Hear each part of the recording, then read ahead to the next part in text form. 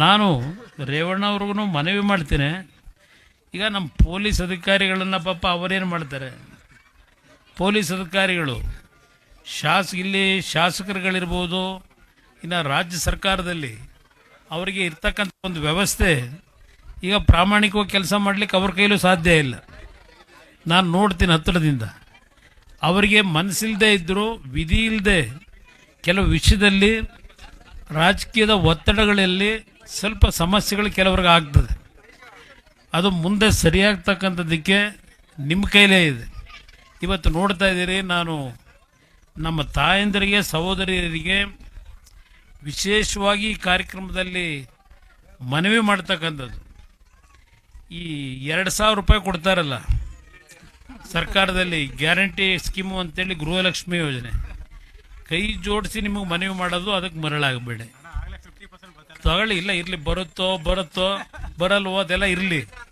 ನಾನು ಯಾಕೆ ನಿಮ್ಗೆ ಹೇಳ್ತೀನಿ, ನಮ್ಮ ಸಹೋದರಿಯರು ತಾಯಂದ್ರಿಗೆ ಇವತ್ತು ಈ ಸರ್ಕಾರ ಮಾಡಿರ್ತಕ್ಕಂಥ ಸಾಲ ಇದೆಯಲ್ಲ, 7,26,000 ಕೋಟಿ ಸಾಲ ಇದೆ. ಈಗ 7,26,000 ಕೋಟಿ.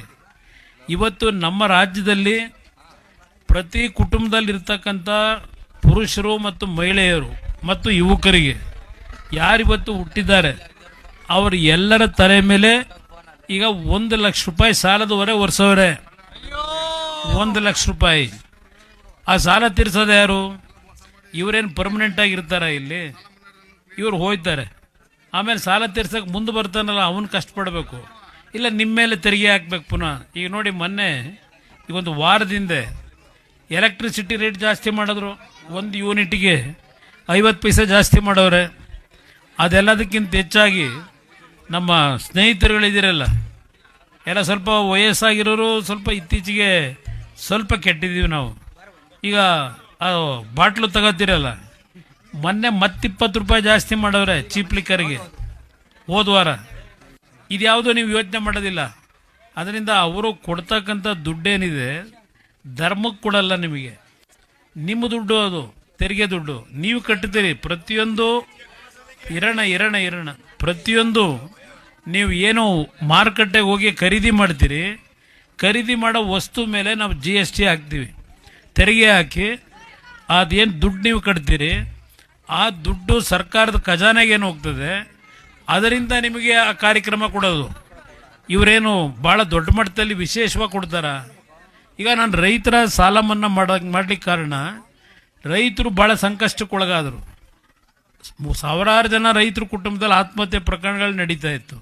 ಆ ಹಿನ್ನೆಲೆಯಲ್ಲಿ ನಾವು ರೈತರ ಸಾಲ ಮನ್ನಾ ಆಗಬೇಕು ಅಂತ ಹೇಳಿ ತೀರ್ಮಾನ ತಗೊಂಡು ಮಾಡಿದಂಥದ್ದು. ಇವತ್ತು ನಾನು ನಿಮ್ಗೆ ಹೇಳ್ತಕ್ಕಂಥದ್ದು, ನಿಮ್ಮ ಮಕ್ಕಳಿಗೆ ಒಳ್ಳೆಯ ಶಿಕ್ಷಣ ಕೊಡಬೇಕು. ಆ ಶಿಕ್ಷಣ ಕೊಟ್ಟ ತಕ್ಷಣ ಮುಂದಿನ ದಿನಗಳಲ್ಲಿ ಈಗಿನ ಪರಿಸ್ಥಿತಿಯಲ್ಲಿ ಕೆಲಸನೂ ಸಿಗುತ್ತೆ ಅಂತ ನಾನು ಹೇಳಲ್ಲ. ಆದರೆ ನಿಮ್ಮ ಮಕ್ಕಳನ್ನು ಓದಿಸ್ತಕ್ಕಂಥದ್ದು ಏನಿದೆ, ಇವತ್ತು ಕಾನ್ವೆಂಟ್ ಶಾಲೆಗಳಿಗೆ ಕಳಿಸಿದ್ರೆ ಸರ್ಕಾರಿ ಶಾಲೆಗಳು ಮುಚ್ತಾವ್ರೆ. ಈಗ ಹೇಳಿದ್ರು ಕುಮಾರಸ್ವಾಮಿ ಅವರು 2006ರಲ್ಲಿ ನಾನು ಮುಖ್ಯಮಂತ್ರಿ ಇದ್ದಾಗ ಇಲ್ಲಿಗೊಂದು ಜೂನಿಯರ್ ಕಾಲೇಜ್ ಏನು ಕೊಟ್ಟಿದ್ದೀವಿ, ಇವತ್ತು ಕಬ್ಬತ್ತಿ ಕ್ರಾಸ್ನಲ್ಲಿ ಕ್ಲೋಸ್ ಮಾಡವ್ರೆ. ಹಲವಾರು ಆಸ್ಪತ್ರೆಗಳನ್ನು ಕ್ಲೋಸ್ ಮಾಡಿದ್ದಾರೆ. ಇದೆಲ್ಲ ನೋಡ್ತಾ ಇದ್ದೀರಿ.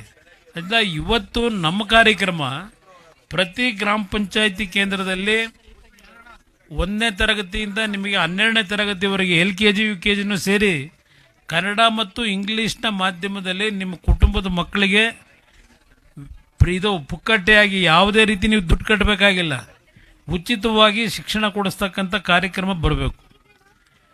ಈಗ ನಿಮ್ಮ ಕುಟುಂಬದಲ್ಲಿ 2 ಮಕ್ಕಳಿದ್ರೆ ನೀವೇನಾದ್ರೂ ಕಾನ್ವೆಂಟಿಗೆ ಕಳಿಸ್ತೀವಿ ಅಂದರೆ ಬಸ್ಗಳು ಬರ್ತಾವಲ್ಲ, ಈಗ ಹಳ್ಳಿ ಮೇಲೂ ಬಸ್ ಬರ್ತಾವೆ ಕರ್ಕೊಂಡು ಹೋಗೋದಕ್ಕೆ. ಕನಿಷ್ಠ ಬಸ್ದು ನೀವು ಚಾರ್ಜು ಅಂತ ಹೇಳಿ 2,000-3,000 ತಗೋತಾರೆ ತಿಂಗಳಿಗೆ. ಅಲ್ಲಿಂದ ಒಂದು ವರ್ಷಕ್ಕೆ 1-1.5 ಲಕ್ಷ ನೀವು ಡೊನೇಷನ್ ಕಟ್ಟಬೇಕು, ಫೀಸ್ ಕಟ್ಟಬೇಕು. ಎಲ್ಲಿಂದ ತರಕ್ಕೆ ಸಾಧ್ಯ ದುಡ್ಡನ್ನ? ಈ 2,000 ರೂಪಾಯಿ ಕೊಟ್ಬಿಟ್ಟು ನಾವೇನೋ ಮಾಡಿದ್ದೀವಿ, ಜನಗಳನ್ನ ಆರ್ಥಿಕವಾಗಿ ಬೆಳೆಸ್ತೀವಿ ಅಂದರೆ ಸಾಧ್ಯ ಇಲ್ಲ. ಆ ಹಿನ್ನೆಲೆಯಲ್ಲಿ ನಿಮಗೆ ಮನವಿ ಮಾಡ್ತೇನೆ, ಒಂದು ಬಾರಿ ನಿಮ್ಮ ಬದುಕನ್ನು ಸರಿಪಡಿಸ್ಕೊಡ್ತಕ್ಕಂಥದ್ದಕ್ಕೆ ಯಾರು ಬಂದರೆ ಸೂಕ್ತ ಅಂತಕ್ಕಂಥದ್ದನ್ನು ಯೋಚನೆ ಮಾಡಿ ನೀವು ಕಟ್ತಕ್ಕಂಥ ಸರ್ಕಾರಿ ತೆರಿಗೆ ಹಣ ದುರುಪಯೋಗ ಆಗಬಾರ್ದು. ಇವತ್ತು ಅವರಿಗೆ ಮಾಡ್ತಿರ್ತಕ್ಕಂಥ ಕಾರ್ಯಕ್ರಮ 2,000 ಇದೆಯಲ್ಲ, ನಾನು ಮುಖ್ಯಮಂತ್ರಿ 5,000 ಕೊಡ್ತೀನಿ. ಅದೇನು ದೊಡ್ಡ ವಿಷಯ ಅಲ್ಲ. ಆದರೆ ಇವತ್ತು ನಾವು ಸರ್ಕಾರದಲ್ಲಿ ಯಾವ ರೀತಿಯಲ್ಲಿ ಹಣವನ್ನು ಬಳಕೆ ಮಾಡ್ಕೋಬೇಕು.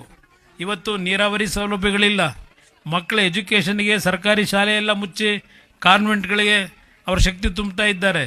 ಇವತ್ತು ಪಂಚಾಯತಿಗಳ ಮಟ್ಟದಲ್ಲಿ ನಮ್ಮ ರೈತರ ಪರಿಸ್ಥಿತಿ ಏನಾಗಿದೆ ಇದೆಲ್ಲ ನೋಡಿದಾಗ ಈಗ ಕುಡಿಯೋ ನೀರಿನ ಸಮಸ್ಯೆ ಶುರುವಾಯಿತು. ಈಗ ಈ ಬಂದು ಬಿಸಿಲು ಕಾಲ ಏನು ಪ್ರಾರಂಭ ಆಗಿದೆ, ಇವತ್ತು ಈ ವರ್ಷ ಮಳೆ ಸರಿಯಾಗಿ ಆಗಲ್ಲ ಅಂತಕ್ಕಂಥದ್ದು ಹವಾಮಾನ ವರದಿ ಹೇಳ್ತಾರೆ. ಹಾಗಾಗ್ಬಿಟ್ರೆ ನಮ್ಮ ರೈತರ ಪರಿಸ್ಥಿತಿ ಏನಾಗಬೇಕು, ಇದ್ರ ಬಗ್ಗೆ ಯಾರ್ದು ಚಿಂತನೆ ಇಲ್ಲ. ಅದರಿಂದ ನಿಮಗೆ ನಾನು ಮನವಿ ಮಾಡ್ತಕ್ಕಂಥದ್ದು, ಹಿಂದೆ ಏನು ದೇವೇಗೌಡರನ್ನ ನೀವು ಆಶೀರ್ವಾದ ಮಾಡಿದ್ದೀರಿ, ನಾವು ಆಕಸ್ಮಿಕವಾಗಿ ರಾಜಕಾರಣಕ್ಕೆ ಏನು ಬಂದಿದ್ದೇನೆ, 1 ವರ್ಷದಿಂದ ಈ ದೇಹ ಸರಿಪಡಿಸ್ಕೊಳ್ಳಿಕ್ಕೆ ನಾನು ಏನು ಪಟ್ಟಿದ್ದೀನಿ ಶ್ರಮ ನನಗೆ ಗೊತ್ತು. 5ನೇ ಬಾರಿ ಉಳಿದಿದ್ದೀನಿ. ಇವತ್ತು ಭಗವಂತ ನನ್ನನ್ನು ಉಳಿಸಿರ್ತಕ್ಕಂಥದ್ದು ಈ ನಾಡಿನ ಬಡವರ ಸಮಸ್ಯೆಗಳನ್ನು ಬಗೆಹರಿಸಲಿಕ್ಕೆ ಭಗವಂತ ನನಗೆ ಮತ್ತೊಂದು ಜೀವ ಕೊಟ್ಟಿದ್ದಾನೆ. ನೀವು ಸಣ್ಣ ಆಗ್ಬೇಕಲ್ವಾ, ಅದು ಒಂದು ಉತ್ತಮ ಆಹಾರದಿಂದ ಸಣ್ಣ ಆಗ್ಬೇಕಲ್ವಾ. ಪ್ರತಿದಿನ ನಮ್ಮ ಜೀನಿ ಸ್ಲಿಮ್ನ ಯೂಸ್ ಮಾಡಿ ಯಾವುದೇ ಸೈಡ್ ಎಫೆಕ್ಟ್ ಇಲ್ದಂಗೆ ನೀವು ಸಣ್ಣ ಆಗ್ತೀರಾ.